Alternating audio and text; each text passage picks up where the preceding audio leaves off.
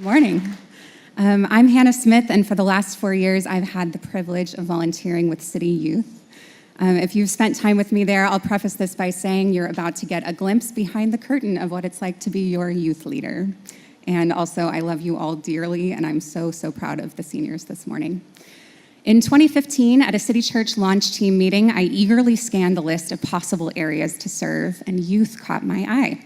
During a year of teaching high school theater, I had enjoyed connecting with my students at that pivotal age when they were growing into their brains and emotions and honing their convictions. And almost on a whim, I checked the youth box.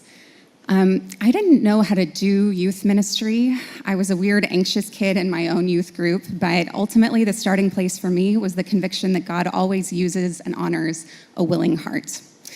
We started gathering on Sunday nights with the simple goal of making a safe space for the youth to spend time with peers, reading and reckoning with the words in the Bible. And here's the peek behind the curtain. We didn't know what we were doing, but we kept showing up.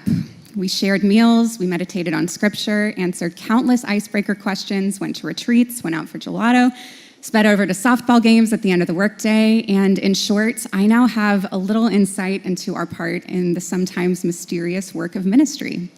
You show up, you stay present, you look for the joy and the pain, you listen, and you ask for the grace to see a little glimpse of what God sees. There's a passage in John 21 where the risen Jesus appears to his tired, hungry disciples. After performing a miracle, Jesus turns to his friends and says, "Come, have breakfast." Time after time, Jesus shows up. He opens his arms to the person with the least social status in the room. He clears God's house so the people can be there. He came in the womb of a woman to be with us. And in this way, we have the privilege of joining God's work by showing up week after week.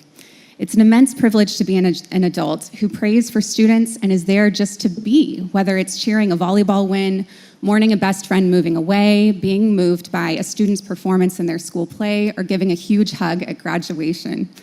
And it's all the in-between relationship-building times that earn those moments. And at its best, it's sitting with a group of teenage girls, meditating on and marveling at the powerful words of Jesus. I still don't fully know what I'm doing, and I have a feeling that you might not either. But in whatever space we've chosen or been given, we can show up the way God shows up for us.